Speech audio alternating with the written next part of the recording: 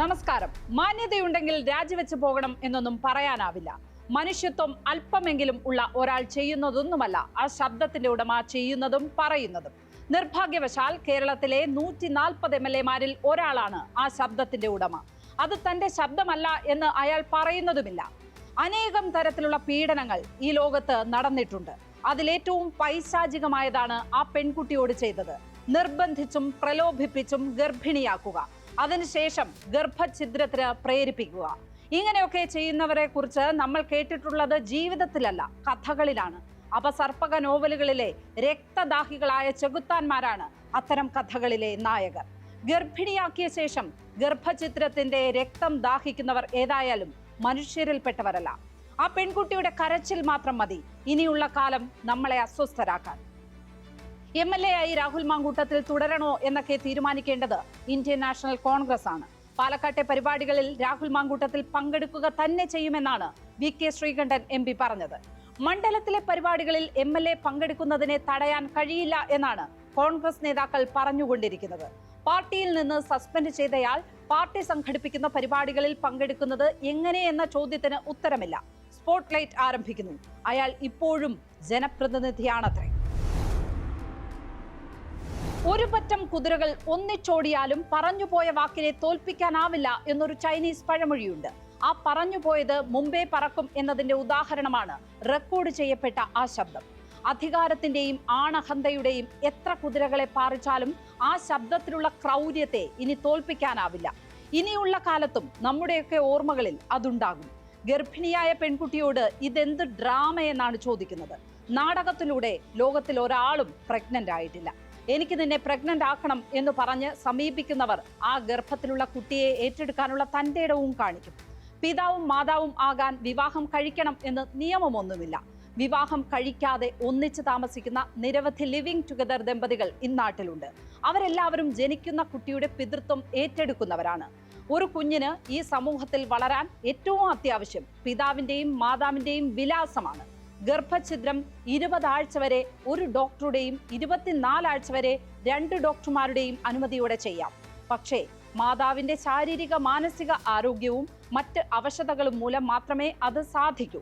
അല്ലെങ്കിൽ ബലാത്സംഗത്തിലൂടെ ഉണ്ടായതോ ഗർഭനിരോധന മാർഗങ്ങൾ പരാജയപ്പെട്ടതിലൂടെ ഉണ്ടായതോ ആകണം. ഇവിടെ ഗർഭിണിയാക്കണം എന്ന് പറഞ്ഞു തന്നെ ലൈംഗിക ബന്ധത്തിന് പ്രേരിപ്പിച്ച കേസാണ്. അത്തരം സംഭവങ്ങളിൽ ഗർഭഛിദ്രം അനുവദനീയമല്ല. ഈ കേസ് ഇത്തരം സാങ്കേതികതകളിലൂടെ വിശദീകരിക്കേണ്ട ആവശ്യം പോലുമില്ല. ഒറ്റ നോട്ടത്തിൽ തന്നെ ക്രിമിനൽ പ്രവർത്തനമാണ് നടന്നിരിക്കുന്നത്.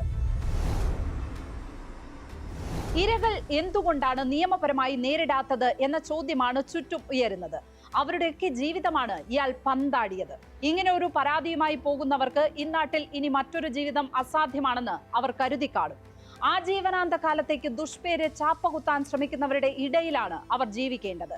ഇനി അവർ പരാതി നൽകി എന്ന് തന്നെ കരുതുക. എന്ത് സംഭവിക്കാനാണ് എന്നല്ലേ ചോദ്യം. ഈ കേസിൽ വലിയ വ്യത്യാസമുണ്ട്. ഇവിടെ പ്രതി ഒരു സീരിയൽ ഒഫൻഡറാണ്. നിരവധി പേരെയാണ് വഞ്ചിച്ചിരിക്കുന്നത്. അനവധി പേരെയാണ് കെണിയിൽപ്പെടുത്താൻ ശ്രമിച്ചത്. റിപ്പറുടെ ആയുധം ചുറ്റുകയാണെങ്കിൽ ഇവിടെ ബലാത്സംഗത്തെ ആയുധമായി ഉപയോഗിക്കുകയാണ്.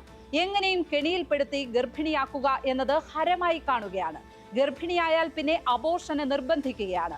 അതും ഒരു ഹരം പോലെ ചെയ്യുകയാണ്.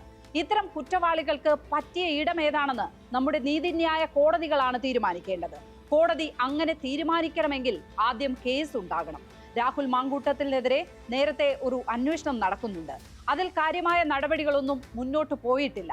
പരാതിക്കാരി എവിടെ എന്ന ചോദ്യമാണ് അന്വേഷണ സംഘത്തിന് മുന്നിലുള്ളത്. പരമ്പരാഗതമായി പരാതിക്കാരിയുടെ മൊഴിയെടുക്കാതെ കേസ് മുന്നോട്ട് പോകില്ല.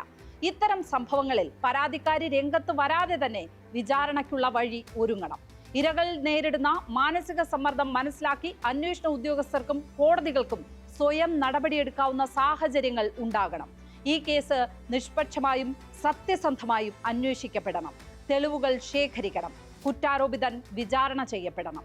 ഇരയല്ല വിചാരണ ചെയ്യേണ്ടത്. കുറ്റാരോപിതനെ വിചാരണ ചെയ്യാനാണ് സാഹചര്യം ഉണ്ടായി വരേണ്ടത്.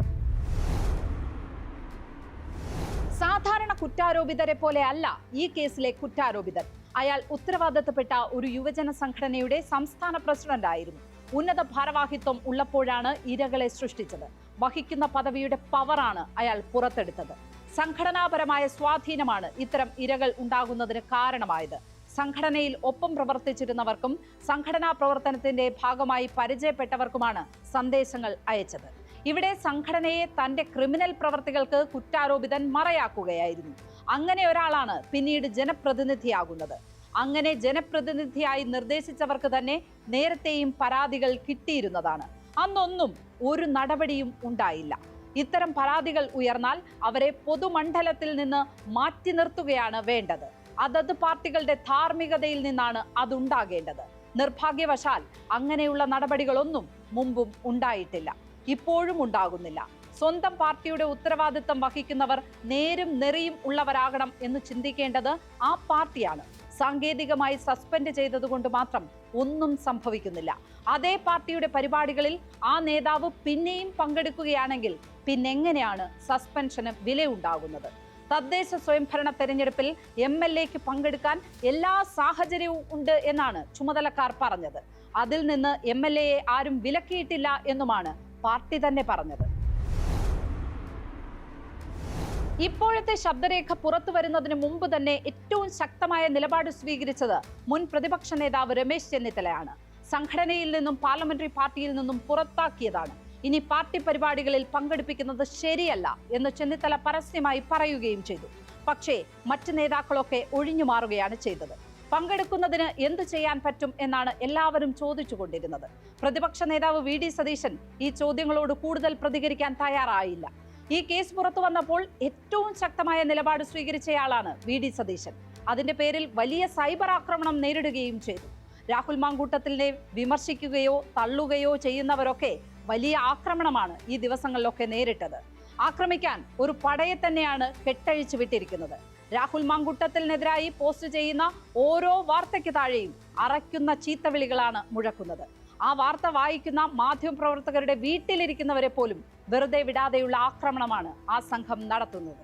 അതിപ്പോഴും അനുസ്യൂതം തുടരുകയാണ്. ആരൊക്കെയാണ് ഈ സൈബർ പോരാളികൾ എന്ന് കണ്ടെത്താൻ നമ്മുടെ പോലീസ് സംവിധാനമൊന്നും ശ്രമിക്കുന്നതായിട്ട് പോലും അറിയില്ല. ആദ്യം പരസ്യമായി വെളിപ്പെടുത്തിയ അതേ സംഘടനയിലെ അനുഭാവിയായ പെൺകുട്ടി പോലും ഇപ്പോഴും സൈബർ ആക്രമണം നേരിടുകയാണ്. ഹൂ കെയേഴ്സ് എന്ന അർത്ഥോക്തി കടന്ന് എന്ത് ഡ്രാമയാണെന്ന പരിഹാസോക്തിയിലാണ് ഇപ്പോൾ കേസ് വന്ന് നിൽക്കുന്നത്. ട്രോളുകൾ കൊണ്ട് പരിഹസിച്ച് അവസാനിപ്പിക്കാവുന്ന കുറ്റകൃത്യമല്ല ചെയ്തിരിക്കുന്നത്. ഇനി നടപടികളാണ് ഉണ്ടാകേണ്ടത്. സ്പോട്ട്ലൈറ്റ് ഇനി മറ്റൊരു വിഷയവുമായി നാളെ ഇതേ സമയം. നമസ്കാരം.